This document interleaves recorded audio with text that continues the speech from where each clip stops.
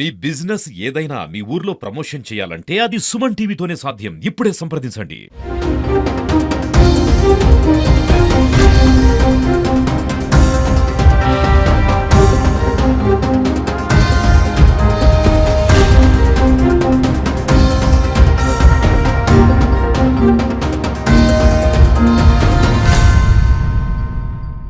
TTD Parakamani కేసులో కీలకంగా ఉన్నటువంటి మాజీ టీటీడీ ఏవీఎస్ఓ సతీష్ కుమార్ మృతిపై అనేక అనుమానాలు రేకెత్తిస్తున్నాయి. సిఐడి విచారణకు ఆయన గుంతకల్లు నుంచి తిరుపతికి రావడానికి ఇదే రాయలసీమ ఎక్స్ప్రెస్ ఎక్కారు. ప్రస్తుతం నేను రాయలసీమ ఎక్స్ప్రెస్ A1 బోగి దగ్గరే ఉన్నాను.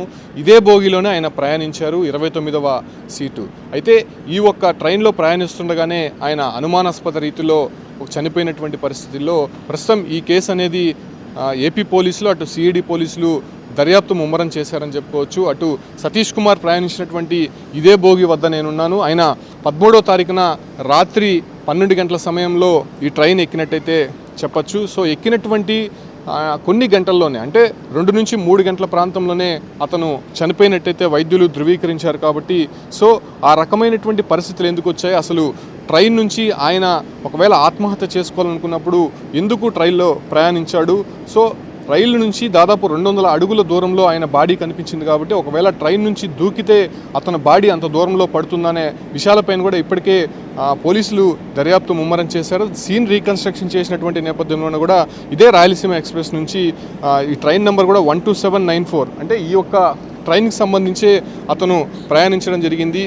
ఈ ఒక్క ప్రాంతం నుంచి సీన్ రీకన్స్ట్రక్షన్ చేసినప్పుడు ఒకవేళ అతను దూకిన తర్వాత 200 అడుగుల దూరంలో ఆయన బాడీ అనేది కనిపించింది. కాకపోతే ఇక్కడ నుంచి దూకితే దాదాపు ఒక 70 అడుగుల దూరంలోనే మాత్రమే ఆయన బాడీ అయితే పడుతుంది. సో ఎందుకు 200 అడుగుల దూరంలో పడిందనే విషయాలపైన పోలీసులు దర్యాప్తు ముమ్మరం చేశారు. దాంతోపాటు కూడా ఈ ఒక్క బోగిలోనే ప్రయాణించినటువంటి అందరినీ కూడా విచారిస్తున్నటువంటి పరిస్థితుల్లో అసలు సతీష్ కుమార్ ఈ ఒక్క బోగి లోపల ఏ సీట్లో ఆయన రిజర్వ్ చేసుకున్నాడు, ఏ సీట్లో ఆయన పడుకున్నారు, దాంతోపాటు కూడా ఆయన వెంట తీసుకొచ్చినటువంటి ఒక బ్యాగు ఆయన సీట్లో లేదు, అంటే ఈ ఒక్క బోగిలోనే 11 సీట్లోనే కనిపించింది. సో దాన్ని కూడా ఇక్కడ పనిచేసేటువంటి సిబ్బంది ఐడెంటిఫై చేశారు. కాబట్టి రేణిగుంట పోలీసులు కూడా దాన్ని అప్పచెప్పారు. లోపలికి వెళ్ళి నేను క్లియర్ కట్గా అతను ఎక్కడ ప్రయాణించారు, ఏ బోగిలో పడుకున్నారు, ఆయన బ్యాగ్ ఎక్కడ దొరికిందో ఒకసారి మీకు చూపించే ప్రయత్నం చేస్తాను. లోపలికి రండి.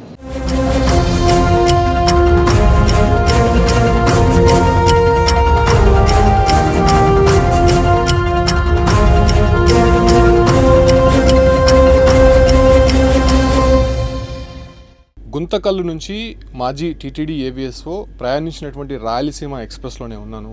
A1 బోగి 29వ సీట్ నెంబర్ అయింది.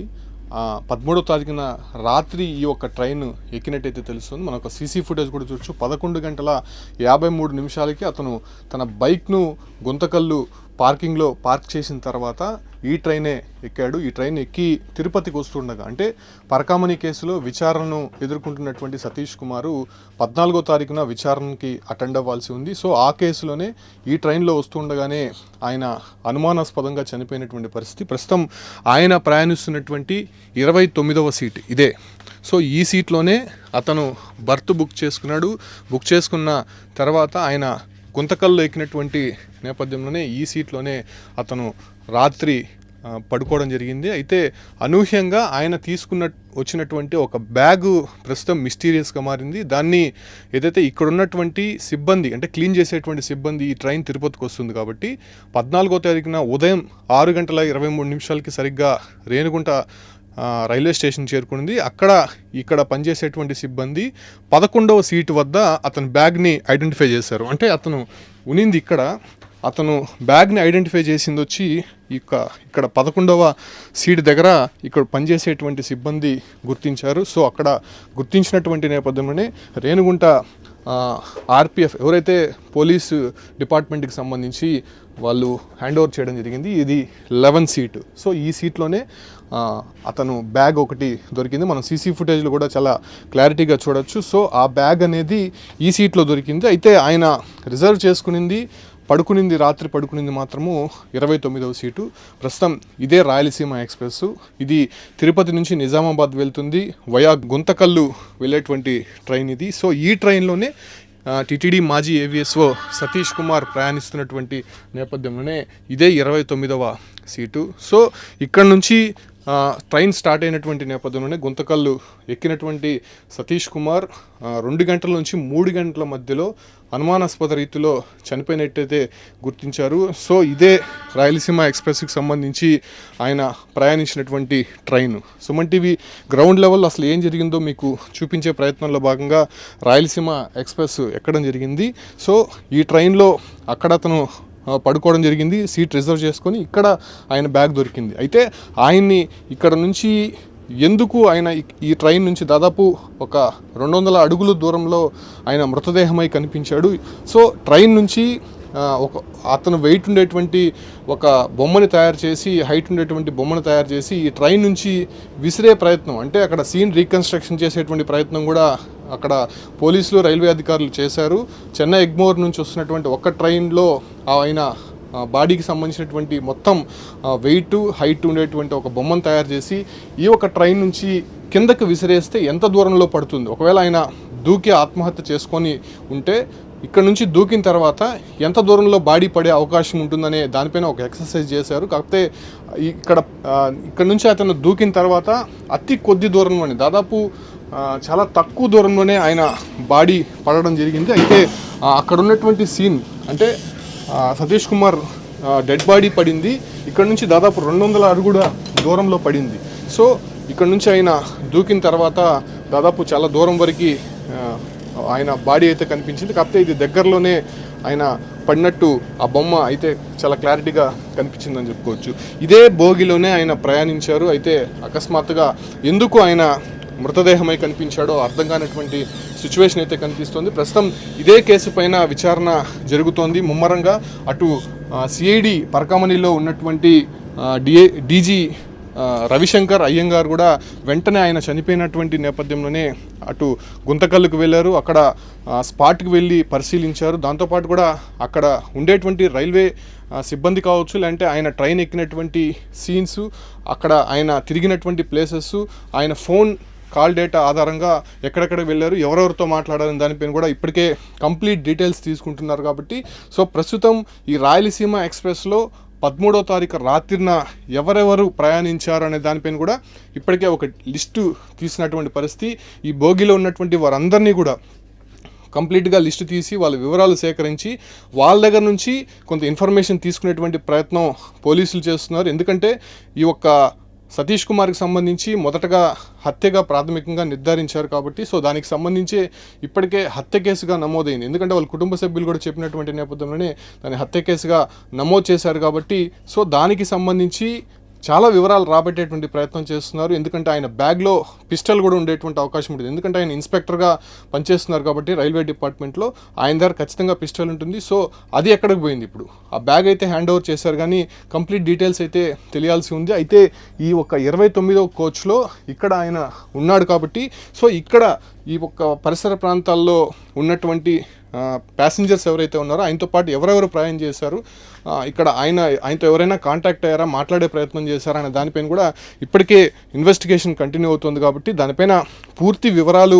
మరికొన్ని రోజుల్లోనే తెలిసేటువంటి అవకాశం ఉంది. ఎందుకంటే అతను పోస్ట్మార్టం రిపోర్ట్లో కూడా కొన్ని సంచలనమైనటువంటి విషయాలు బయటకు వచ్చాయి. అతను తల వెనక భాగంలో చాలా బలమైనటువంటి దెబ్బ తగిలింది, ఈ కారణంగానే ఆయన చనిపోయాడు. ఇక బాడీలో ఏ ఎముక విరగలేదు, చిన్నపాటి దెబ్బలు తప్ప అనే విషయాలు కూడా ఇప్పటికే పోస్ట్మార్టంలో ప్రాథమికంగా వైద్యులు గుర్తించారు. అటు ఆయన పోస్ట్మార్టం జరిగేటప్పుడు కూడా హెచ్ఓడీస్, అటు కార్డియాలజీ కావచ్చు, న్యూరాలజీ, అదే రకంగా ఆర్థోపెడిక్ సంబంధించి రేడియాలజీ, వీళ్ళందరూ కూడా హెచ్ఓడీస్ నేరుగా ఆ ఒక పోస్ట్మార్టంలో వాళ్ళు కూడా ఇన్వాల్వ్ అయ్యారు. సో వాళ్ళు కూడా దగ్గరుండి దాన్ని చేశారు కాబట్టి కంప్లీట్ డీటెయిల్స్ అయితే తెలిసేటువంటి అవకాశం కనిపిస్తోంది. సో ప్రైమ్గా ఈ యొక్క ట్రైన్లోనే అతను ప్రయాణించి ఆ తర్వాత శవమై కనిపించాడు కాబట్టి ఈ ఒక్క బోగిలో వెళ్ళేటువంటి ప్రయాణికులు మెయిన్గా చెప్పాల్సి ఉంటుంది. ముఖ్యంగా సాధారణంగా ఏసీ బోగిల్లో సీసీ కెమెరాలు అనేది మనం చూస్తూ ఉంటాం. కాకపోతే ఇక్కడ సీసీ కెమెరాలు కూడా ఎక్కడ కనిపించినటువంటి పరిస్థితి కనిపిస్తుంది. ఎందుకంటే ఖచ్చితంగా సెక్యూరిటీ మెజర్స్ అనేది రైల్వే శాఖ తీసుకుంటూ ఉంటుంది. కాకపోతే ఇక్కడెక్కడ కూడా సీసీ కెమెరాలు లేనటువంటి పరిస్థితి. సీసీ కెమెరాలు ఉంటే అతను ఎవరితో మాట్లాడారు, ఎవరితో ఇక్కడ కాంటాక్ట్ అయ్యాడు, లేకపోతే ఇక్కడ ఎవరు ఆయనతో వచ్చి గొడవ పడ్డారా, లేదంటే ఏదైనా ఘర్షణ పడ్డారా, లేదంటే అతని పైన ఏదైనా హత్యాయత్నం చేయడానికి ప్రయత్నాలు ఇక్కడ ఎవరెవరు చేశారనే దానిపైన కంప్లీట్గా రికార్డ్ అయ్యింది. బట్ ఇక్కడ సీసీ కెమెరాలు ఈ ఒక్క బోగిలో లేకపోవడం ప్రధానంగా కొన్ని అంటే ఆధారాలు లభించకపోవడం ప్రధానమైనటువంటి కారణంగా చెప్పచ్చు. సో ఈ రకంగా టీటీడీ మాజీ AVSO Satish Kumar death mystery అనేది ఇంకా వీడలేదు. అసలు ఆయనది ఆత్మహత్య హత్య అనే విషయాలపైన ఇప్పటికే లోతైనటువంటి దర్యాప్తు చేస్తున్నప్పటికీ అటు డాక్టర్స్ మాత్రం ప్రాథమికంగా అయితే ఆయన హత్యని నిర్ధారించారు. కాబట్టి కంప్లీట్గా కుటుంబ సభ్యులు ఇచ్చినటువంటి ఫిర్యాదు మేరకు ఇప్పటికే కేసులు అయితే నమోదు చేశారు.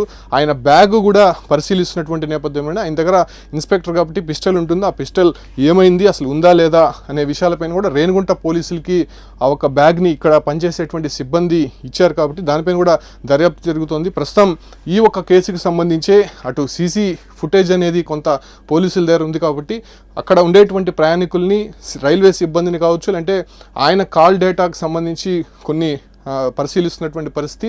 ముఖ్యంగా అర్ధరాత్రి సమయంలో ఆయన భార్యకి ఒక మెసేజ్ పెట్టాడు. 4-5 సార్లు ఫోన్లు కూడా చేసినట్టయితే తెలుస్తుంది. ఆమె రెస్పాండ్ కాలేదు.